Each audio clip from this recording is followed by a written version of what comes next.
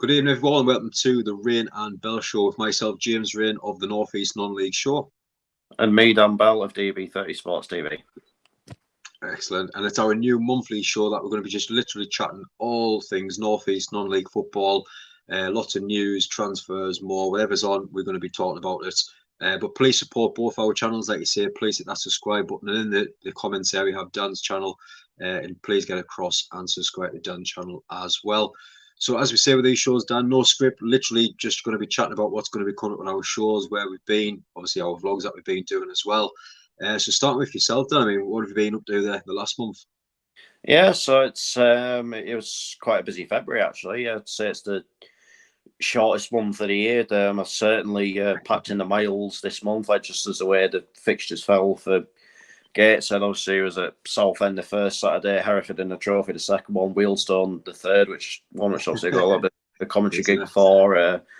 Went to Kidderminster on a Tuesday night, so it was well, I think for me personally, it was like 4 home games against like 4 away games against 2 home games, so it was pretty knackering really. But as well, managed to get a couple of Northern League games in there. Last week, obviously, I saw the Gisborough put Scarborough on the North Friends Senior Cup, which is a bit of a cat among the pigeons kind of thing. But yeah, as well, 1 or 2 women's games. So yeah, it was quite a heavy month, but quite a productive one. What's been like, obviously, what's been happening for yourself? I mean, I think I saw recently you went to South Shields against Scunthorpe. Is that right? Yeah, that was a interesting one. That one, I mean, we literally last minute obviously got this, some shifts sorted at work, so we went to South Shields one, and obviously going from watching the Northern League level where you kind of go on the hubby on the pitch before the game, chatting to people and stuff like that, really face to face. I thought, oh, going to South Shields game, I don't think they get as many people kind of the managers coming out to chat, but honestly, it couldn't have been any better. I mean, we watched the game, which personally was a great game. I mean, I know we might chat about Dalton with another win against Scunthorpe last night, fantastic. But South Shields played really well on the night. Stevenson getting both the goals there. And it was just nice after the game because we actually want to finish. We stayed and had a couple of more drinks. I don't think I needed any more after what I had before kick off. Never ate all day, so I think that was my mistake. I'm blaming it. But yeah, the South Shields players, the manager came out, and my mate, who's a massive South Shields fan, just shouted up, what, Dickman, do you not fancy coming on doing a chat interview for James for the North East Non-League Show? Myself, I don't think I put 2 words together at the time. I was thinking, please say no. But he says, yeah, no problem. Let's have a go and chat with the South Shields just to let them know that we are doing it, if it's okay to do it. And yeah, that was quite interesting. I had to edit a few bits of it, but it was okay in the end. And then we had a chat with Dylan Stevenson, who scored both the goals on loan for Newcastle. It was really interesting actually speaking to him off the camera, because obviously Newcastle's struggling for strikers at that time, and he's there banging goals. And it must be frustrating for young lads getting chucked out on loan as well, obviously, when these clubs like Newcastle need a striker. But that was really good. I mean, we had a couple of looking back whiffs on the channel. Les Langley, I think the most groomed man in Northern League football, the title goes. Former Crook player, that was really good. John Gamble, current Chester Street United manager, that was really good.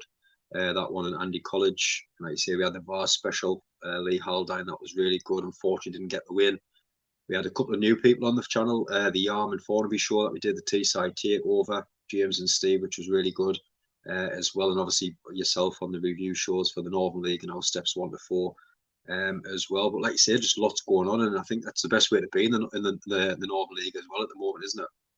Yeah, it's going to be hectic to say the least. I look at the amount of games somebody had left. I mean, like some of the teams I've left or had left or whatever. I mean, obviously on Saturday we got the pretty controversial news that the FA weren't going to extend the season, which I think is just absolutely ludicrous, to be honest with you. I mean, but I think obviously, what am I getting on? What, 10 years or so now, like watching the Northern League? I mean, I know like to some people, like compared with some people out there, that's nothing. But in all that time, and there has been like quite a few occasions where the weather's maybe not been so great, and they've maybe struggled to get a game, but that's maybe only lasted for like 2 or 3 weeks tops. Then you'd maybe have a bit of a pretty like decent patch, but then maybe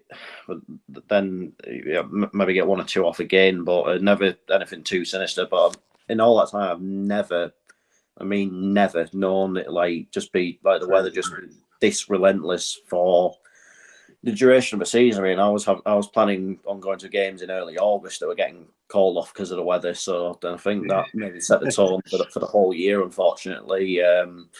So I think the FA have dropped the ball big time on that one, and for me, it's not fair on the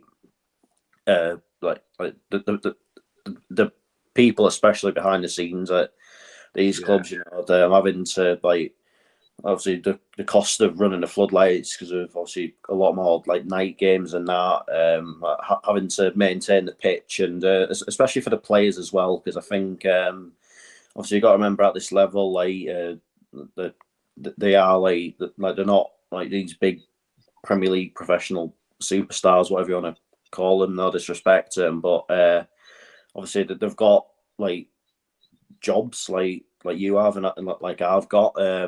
They've got families. They've got families that they'll want to spend time with, and they'll have maybe 1 or 2 other commitments as well. So it just puts their lives and their like routines like out the window. So I think it's just like I think it was a massively out of touch decision from the FA. If I'm telling the absolute truth of it, then I'm saying as long as you you can finish on the 4th of May as long as you're not going for promotion off fighting relegation. It's just like just have a bit of common sense. Like you can't just it can't be one rule for one club and another for the others just because another club is either doing well or has maybe not had such a good time this season, whereas like clubs that have just like maybe either done what they need to do or maybe not quite done what they wanted to, obviously getting a bit more leeway. And obviously I'm not begrudging the clubs of that, but it's just it really does not sit right with me. Yeah, I'm just touching wood there because I was just thinking you had really mentioned the things that's happening off the pitch. It'll just be my look tomorrow night because I've just put in the comments before. Obviously, we've had a few power cuts the last couple of days in the area, so I just hope they don't knock the floodlights off down the hook tomorrow night because that'll just be any teams look where you move to come and play there to get the games played. It'll be off because the floodlights being off because the electric cuts. That would be absolutely mad. But even Liam, thank you very much for your comments. Both deserve more subscribers. Thank you so much, Liam. Like you say, get the button hit below, and Dan's is also in there. The bits as well on the side there. There we go on the side there. Hit that subscribe button for Dan, please. And Liam just say I saw an amazing game a few days ago. Cray Valley PM4, Three Bridges 5. Fantastic score that one. I love watching your stuff on Twitter that you put on every Saturday. It's fantastic as well. Tony's just mentioning there. Non-league football in the North East is better than the Premier League for me.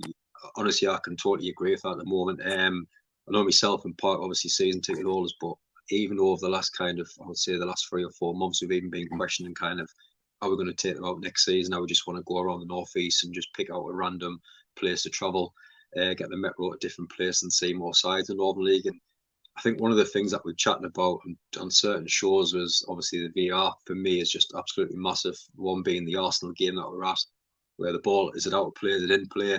The ball goes in the back of the net and it has to be checked 4 times VAR for the ball out, for a foul, for an offside, for something else. And 10 minutes later, the goal goes in, it's being given, but you can't celebrate because you're just so kind of not even bothered about it anymore. But I think you agree with that one, Dan. You don't, like you say, the non-league football at the moment at the North East, it's brilliant, isn't it?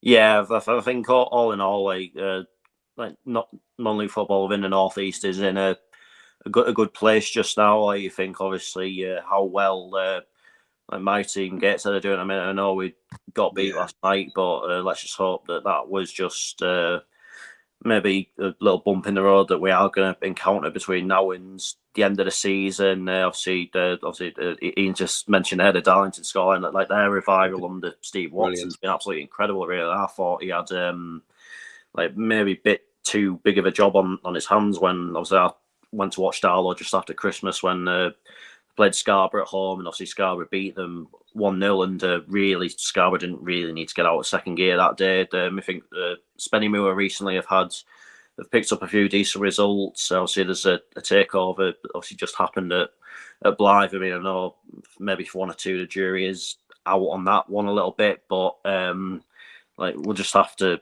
wait and see. Like, I think it's probably still a bit too early to properly tell or to judge or whatever. So I think we'll just like people will probably make their own decisions over the course of time, depending on the success on the pitch, like what we're hearing and whatever off the pitch.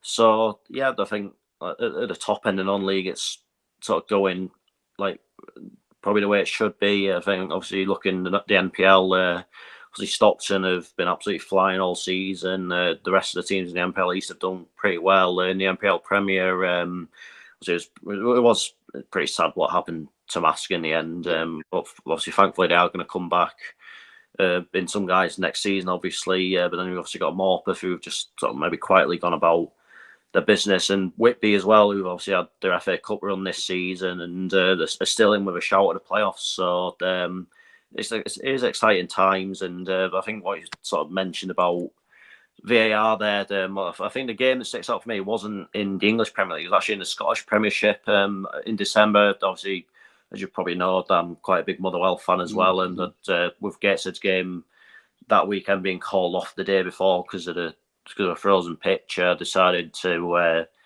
just go up and go to Fair Park for a game against Dundee, and it was just absolutely farcical the way they carried on with it. If I'm telling the absolute truth, I remembered like Mugabe's leapt up for a header. It's gone in. Like everyone's like just thought, yeah, great cross, great header, but it took like a minute and a half to come to a decision on the VAR.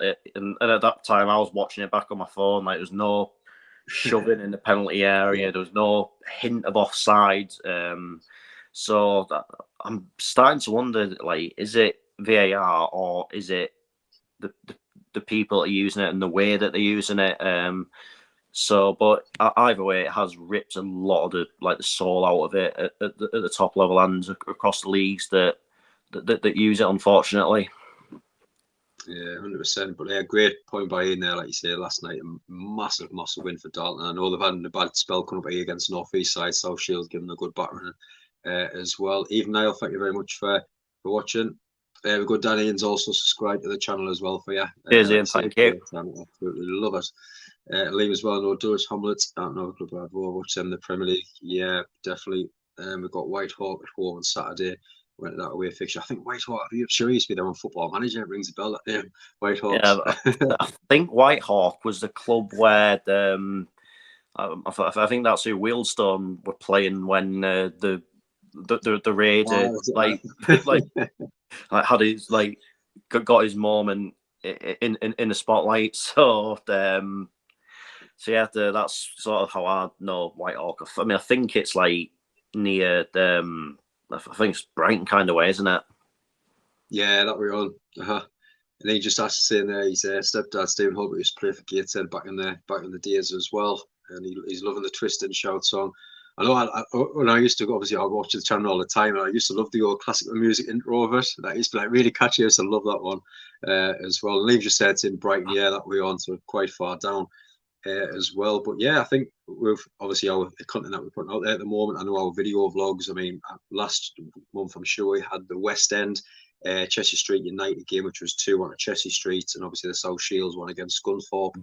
The Cheshire Street United one, I mean, even them as well. Now they're on a fantastic one at the moment. Obviously, Mickey Nelson putting the boots back on and absolutely ruined the average age of Cheshire Street United. I know they came on and had a laugh about it, and they kind of said they like to keep it below. I think it was 19, which is crazy in the Northern League. But adding Mickey Nelson, I think it was 43, 44, just totally ruined it, they said. But I tell you what, he's picking up the points and he's putting them free kicks in for them as well. You've seen one last week, wasn't it, against Redcar? Yeah, I did. Yeah, I put a bit of a joke tweet out before the game about like it's essentially when you have a kid in school that's been kept back a few years. I remember there was, I think when I was at secondary school, I was in year 10 and we had someone joined that was technically year 11, but because he'd lived in Australia and the system's obviously different out there, he had to come back and be in year 10. So it was So yeah, it was interesting to say the least. But Mickey Nelson, a real top pro. Obviously, I can remember him playing for Gateshead, but obviously I know he had a spell at Blythe, didn't he? Yeah, Obviously played for a few football league clubs and Barnet when I think they were in the football league. Cambridge, Norwich, Hartlepool. So he has been around the clubs, but yeah, I'm not gonna lie, it kind of did make my night when he smashed that free kick in. I was just going into the game thinking, yeah, the Chester Street picking up, Redcar Town, they could maybe need to pick up some points a bit, but I was just not expecting to see that whatsoever. But yeah, it was fair play to him. He's still getting out there and playing a lot of you. So yeah, good luck to him.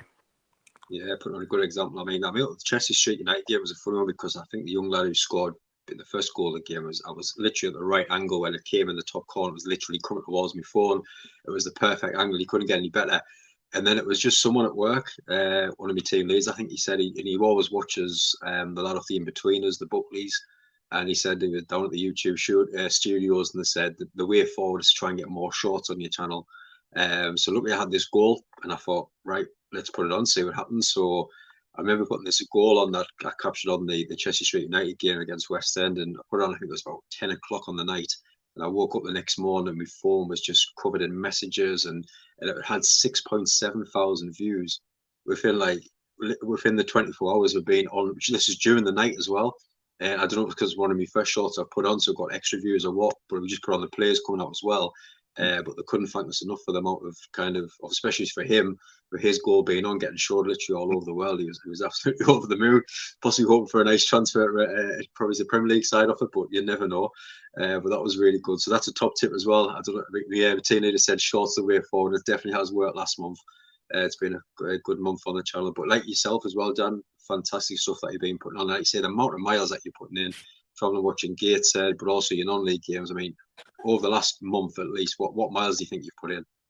I'm not entirely sure, and really, it's probably best not to think about it too much because I think my girlfriend would be absolutely horrified if we saw the official number for a start. I think I maybe have to answer to a lot of people about how I'm managing it and that. But yeah, it's I think when you come away from an away game, especially with a win, it really does carry that massive bit of satisfaction. I mean, even last weekend at Boreham Wood, I mean, I know it was only a draw, but equalising in the 96th minute, and obviously at that, literally as it was bursting through, I got a notification on my phone, full time Motherwell 1, Rangers 1, Motherwell 2, and I thought, oh my god, if we actually go and score from this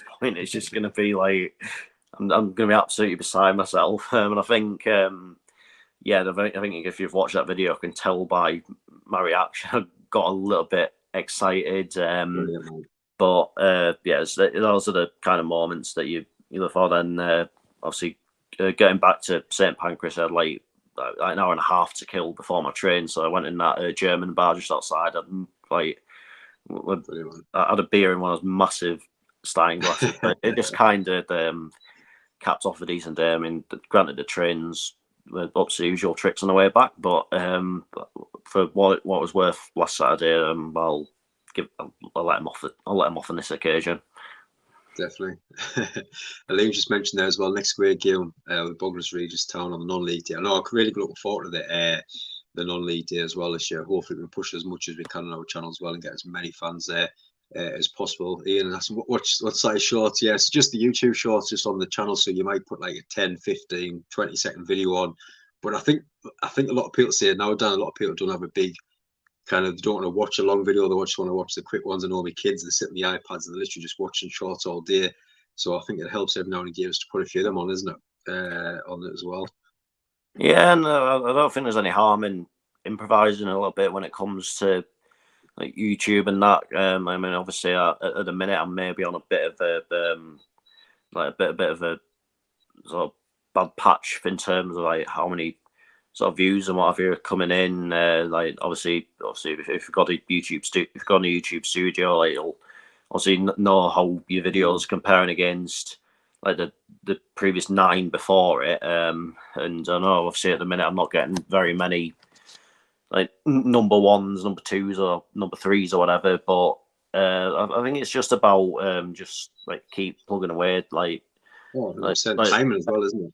Yeah, just, I mean, sometimes you'll think a video is really good and it should do all right, but then it doesn't. Or maybe other times, on the flip side of that, you might have a video where you think it might do okay, then all of a sudden, like everyone's watching it. I remember when I come back from Wolfsburg in Germany. I said the night before I'd been at Germany against Japan, and I uploaded a video and it got off to such a slow start. It was ridiculous. But I obviously got on the plane and landed back in the UK, and it was just like well, that video now is absolutely, like, in terms of views, absolutely miles ahead of what's in second place, which is the York against Boston playoff final from a couple of years ago. Like I think the York against Boston one's on like 10,000 views, something like. Germany against Japan's got 21,000. It's just cause it just so happened that it must have been somehow made its way to Japan, and it was doing doing the rounds there. Like you look at the comments, like a lot of the comments are in Japanese. So I had to like sort of copy and paste it, like go on Google Translate to find out what they're saying. Like it'd have been nice to me. They're having a massive go at me, like what they're saying. But yeah, it was all good, and it does still feel a bit like surreal that people from that like far out have watched one of my videos. No, it's amazing. Like you say, we just put on the blog a message on Facebook just before I came in. They say I was going to be going down to the Bolton versus FC Hartlepool, and there's a couple of fans obviously in the group on Facebook. Kevin, sorry, and it was just nice. Literally, I put him off in seconds. He said, "Oh, I'm finally going to get to meet you on Friday night." It was just as soon as I thought, right, I'm going to go down and watch it. The first thing I thought was, "Oh, I can see Kevin out of the group." It was just strange how the message so quickly. It's nice to meet people, and obviously to show, like you say, a lot of people that came up with us now and said, "Well done for the stuff that you're putting out there." It's amazing to see. Obviously, what people think of our channels as well. But that'll be really nice to meet them on Friday night. Liam's just asking there a question for Dan. Are you glad you don't have to travel to Hewish Park? Well, chances are Yeovil are probably going to be coming up next season, so that joint short-lived. Hopefully, it'll be while I'm in Florida. So yeah, it was that's a couple of brutal trips to Yeovil last season, and then obviously this season in the FA Cup. It's not a place I've got particularly happy memories of. And Ian's just asking about Motherwell.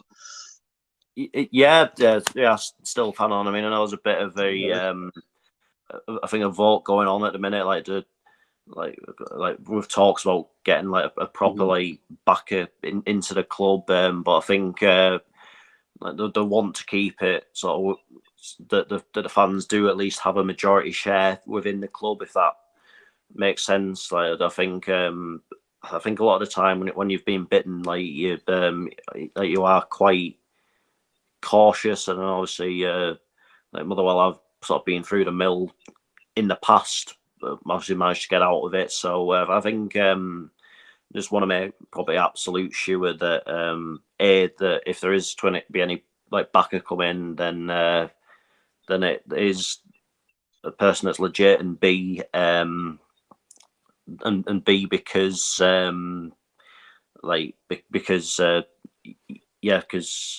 because obviously if you've had it in the past, like you want to make sure that the fans are still getting a say, which I think is maybe something that you quite often don't see within like top clubs in the UK and probably across the world these days. 100%. In March coming up as well. Obviously, just starting there now. What's your plans? Are you any long travels planned for this one? For this month? Yeah, a couple actually. Obviously, this week it's sort of died down a bit for Gateshead in terms of the travel, because obviously we played at home last night. The next 2 games after this are both at home as well. One Saturday, the quarterfinal of the trophy, then Dagenham Redbridge at home next Tuesday. But after that, I obviously got to go down to Ebbsfleet a week on Saturday. Then, funnily enough, after Ebbsfleet, I'm staying at Stansted Airport at the Premier Inn there overnight. Then early doors Sunday morning, getting a flight to Karlsruhe in Germany, watching Karlsruhe versus Magdeburg in the German second tier. Then literally just getting a train down to Basel and flying back into Manchester and getting picked up and going on from there. So that's going to be an adventure. But yeah, I'm really looking forward to obviously doing that video, experiencing another city in Germany. I love visiting Germany, I'm not going to lie. But then we've got Altrincham on non-league day, actually. Altrincham away is our non-league day game. So that's usually quite a decent trip, like not too difficult to get to, really. Then obviously a couple of home games to round off the month. Obviously, I think the one that everyone around here will have the horizon anyway is the one on the 26th of March against Hartlepool. I think that's going to be could be a feisty one to say the least. And obviously Rochdale on the 20 on Good Friday, and then Easter Saturday I'm going to Motherwell St Mirren. So get back up there. Then I've got a couple of Northern League games planned as well. Friday night doing Billingham Sinners against Easington, which is a bit of a playoff 6-pointer really. So that's going to be that's quite a lot riding on that one. So I'm looking forward to that one. That one should be quite a good game, really. I think on the 20th of the month, I'm going to Heaton Stanison against Gisborough again. A playoff 6-pointer in Division 1. Like both teams doing pretty well at the minute. Where else am I going? I think in the way side, I'm taking off Silksworth towards the end of the month. So yeah, there's plenty coming on. Like plenty of games coming on. A sort of decent enough mixture, I'd say, as well. So hopefully, like you guys will enjoy the content that I put out. Hopefully, from my point of view, anyway, I guess I can get a couple of good results. And obviously, I hope you enjoy how I go about the video from Germany, because I know it's obviously probably be a bit different from my usual with it. But hopefully, you'll enjoy seeing how I knacker myself out the day before going into work just for the sake of one game in second tier abroad. But yeah, I'm sure it'll be worth it. And obviously, as you've mentioned that you're going to going to the hub on Friday night. Have you got any more like vlogs or whatever, or talks coming up that we need to look out for? Really busy month. But I mean, March I've already started, but it's literally fully booked up and almost booked into April now. It's gone crazy. But obviously the shorter night, then we've got 3 clubs coming on. So we've got the Bishop Auckland special show. We've got Had News coming on, who's the program editor there. So something a little bit different, really, kind of getting us from a point of view from other ones. I mean, with all these games getting called off, and I'd imagine the amount of paper that he's wasting writing these programs out and then having to put them in the bin when the games are getting called off. So it'd be really interesting to talk to him about like a different side to the Northern League. We've got the Eshwin, the manager coming on, Bobby Coleman, which I'm really excited about. Like you say, a fantastic one at the moment. I know he won the Manager of the Month award in the group as well, which I don't think it's the best thing to do, because I know it always comes with a curse where you always lose the next game afterwards. They haven't played yet, so we'll see what happens when they do play. Next, we've got the FC Hartlepool coach coming on, Mark Lyons, which that was going to be the first time I met him, but hopefully I'll meet him on Friday. Looking back with Stephen Harrison as well. Harra, one of my favourite fullbacks I've seen play in the Northern League. Obviously Durham, what a player he was. And then we've also got Man Up Durham coming on, which is a group kind of about obviously mental health. And I know we always try and get a show at least every couple of months on the channel, just to try and to say, look, we are out here. Same as anyone that's watching at night. We're always open for DMs, like you say. Drop us a message. I don't mind a chat at any time, as long as I'm not at work. Like you say, I can message back at any point. So you're always here for a chat. And then obviously the Steps 1 to 4 review, the Northern League review show, just got so much going on in March, which is really good. But just touching on obviously Stephen Harra, and he played on Sunday for us in the charity game that we did. So Sunday we did the charity game, which was a lot of friends from work versus the North East non-league show team. And to be honest, some of the players that we had playing was absolutely fantastic. We only won 5-3, to be honest, but they were just brilliant from start to finish. And the match afterwards, the stories just sitting having a pint was just so good to hear. But some of the players that played there, I mean, Leon Ryan won vases a number of times at Wembley and stuff like that. And it was funny because I thought I would stay off the pitch at first just to see what they're like, and they keep the ball and just pass it around. And to be honest, I didn't want to go in case I give the ball away. But once I went on, I set Leon up to go 2-1 up, and I just see the passion. I know he's playing rugby now, so he's not involved too much in the football side of things. But we went 2-1 up, and he kind of just turned and looked at us and went, "We don't fucking lose this now." And you could just see the passion coming back from obviously the leader, what he is, the captain that he was, and it was just nice to see. But we did raise at the minute, it was £665 for the Red Sky Foundation, but gone into work today, they've actually donated £500. We're getting £50 off Northumberland Water as well, so we're going to pretty much raise just over £1,200, which is actually going to buy a defib. And I was just speaking to Sergio before we came on as well, and hopefully I think we're going to actually get one donated. I'm going to just pick a Northern League club who hasn't got one and go up there and give it to them. So that should be really good. And I think it's quite important, the defibs now, Dan, isn't it? To just have them around, because you just never know what's going to happen to you.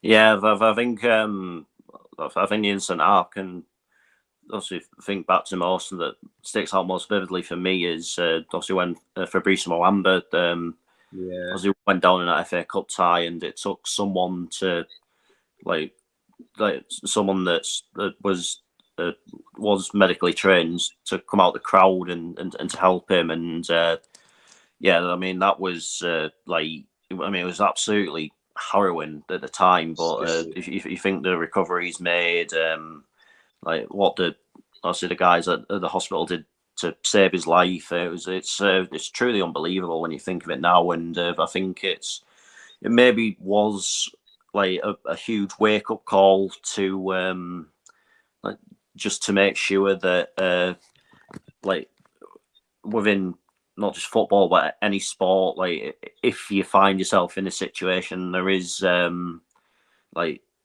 there is something there or someone there to that can get to you straight away and help. And I think like maybe thankfully since then we have seen like if like God forbid this thing does happen, like the consequences of it thankfully aren't as bad as like what there were previously. And I think obviously we just touched upon mental health there, and I totally echo like your statements. I think when obviously I think the big wake up call like was when like unfortunately Gary Speed took his life. I think that's when a lot of people, like me included, really like woke up to mental health, and it made me think. Like I was only 14 at the time, but yeah, it just made me like think about like let's say times when I'd probably felt a bit low, and like obviously times when I've like felt a bit low since. I remember it was just after the Gates against Barnet game. Obviously, if you watch that video, you'll notice I do my full-time review on the bus, which I wouldn't normally do. And the only reason I did that is because like there was just this one conscious bit of my brain that like really helped me out that day, because I was feeling like really low throughout that week. I was probably burning myself out. I was just not in a good place. I sat aside from my normal group at that game that I'd normally watched the matches with. I was just sort of totally by myself, and I just couldn't I just really couldn't like enjoy the win that we got that day because of just how low I was feeling. And I've done this obviously I'd done a recording walking to the bus stop, and and I think it's probably a good job that full-time review never actually saw the light of day, and I never made a new one, because just some of the things I was like saying about myself, like if I'd have said those things to another person, I would have been absolutely hammered from pillar to post. And I think it was just that day just made me think right, I need to maybe take a step back here. I just need to focus on myself, like maybe go into like maybe missing one midweek of football isn't going to do me like that isn't going to be a disaster for us. And obviously the following week, it just happened. I think Isbro meant to be at home, and I thought, right, if it's on, I'll go. If not, then like opportunity just to wind down a bit. And obviously it did get called off as I was expecting it to. So I think it was just sort of good for me to take a step back, and I think like obviously what I've been through like in my past and that, like I can like I might not necessarily have the answers to your problem, but like, I do have like a pair of ears, and like I will listen, and I will like just try and like give you as many tips as I possibly can. No, I'd say that I think that's the most important thing. Is just ears, isn't it? Just someone to listen. That's the most important thing. Through it out overall. And Tony just mentioned there, Dan, the commitment to following Gateshead is fantastic, mate. Well done. Liam just mentioned the next game, ground hopping to AFC Wimbledon versus Harrogate Town on Good Friday as well. Liam just saying as well, being strong mental health, really, like you say, always speak about it, mate. It's the best thing to do. Never keep nothing hidden. Just like you say, always there for a chat as well. And just before we finish off, Dan, I know I always want to try and put on a couple of main talking points on the shows and hopefully get people commenting as well as we chat through as we start doing the shows every month. The thing I want to finish on tonight is the cost of promotion. So it's really interesting. Obviously, we've seen the way it's all set up now where there's no opportunity now to say, no, we don't want to go up, you've got to. Obviously, we've seen teams that come back down that struggle so much. But I mean, just looking at the Northern League last year and Newton Aycliffe going up, Ashton going up. Not too much at Newton Aycliffe because they haven't put too much out there, but Ashton, obviously, the fund me pages and they just said, look, we need more sponsors, otherwise they're not going to be a football club, simple as that. And people asking for donations all the time. And it seems getting hard now, and I can imagine there's some teams, even in the Northern League, that might be overachieving and just kind of thinking, hold on here, we've got to even look at possibly not to lose games, but we've got to kind of think, right, we could actually go up here. We're going to do a lot more travelling, bus fares. I know I was speaking to James Winter, who's just signed for Newton Aycliffe, the goalkeeper, and he just said they're literally travelling by a minibus to keep costs down. Players are travelling by themselves rather than the buses and stuff like that, literally just to help the football club. But it's such a shame, like you say, like especially like Newton Aycliffe, who's gone up winning the league, which was so unexpected, had a poor start and just playing absolutely fantastic now. That 3-0 win against Stockton last night as well. And it's just a shame that these sides are going up. And in the back of the mind, I think it's just kind of money worries all the time. So it's got to be put in place, hasn't it, to help teams? Yeah, absolutely has. And I think that Northern Premier League East Division, I think like as time goes on, like I think it will like probably become less like there will be less sort of worries in terms of the travel. Yeah. What have you? I mean, and obviously like throughout the course of the season, like you might have to go to a Lincoln United or a Grantham or Winterton Rangers or somewhere like that. It's probably a bit of a distance away, but like if you think about that league now, you've got Stockton, Newton Aycliffe, Consett, Dunstan, Hebburn, Ashington. So there is like a lot of northeast involvement. I do think that will like gradually increase one way or the other as far as like as time goes on. But I think that obviously like if a club does find themselves in a bit of financial peril, like some people are sympathetic towards it, some people less so, saying you should maybe like cut your cloth accordingly and things like that. But as well, like there is obviously some things that you maybe can't realistically prepare for. Like I think you've got obviously as has been the case a lot of times this season, games getting called off, having to change venues. So obviously if you're saying you're due to play Grantham away on a Saturday and it gets rained off, then all of a sudden you're having to take like time off work to travel all that way on a Tuesday night. So like there is obviously things that can happen or maybe have a bit of a detrimental effect, and as well obviously like obviously you're not in the FA Vars anymore. If you go up, you're in the FA Trophy, and that as well can like throw up some pretty hefty journeys for you. Like you could be obviously in the Northern Premier League East Division, but then get drawn to play away to a side in the Northern Premier League West Division, and you've got to go right across the country just to play it. I mean, yeah, if you've like obviously like the way I see it, if you're up there, then yeah, you obviously deserve to like test yourself, which is obviously the positive of it. And I think the higher up you go, like strictly speaking, the better crowds you should get, because obviously like people want to watch like a highest level of football I can, because that's just the way it is.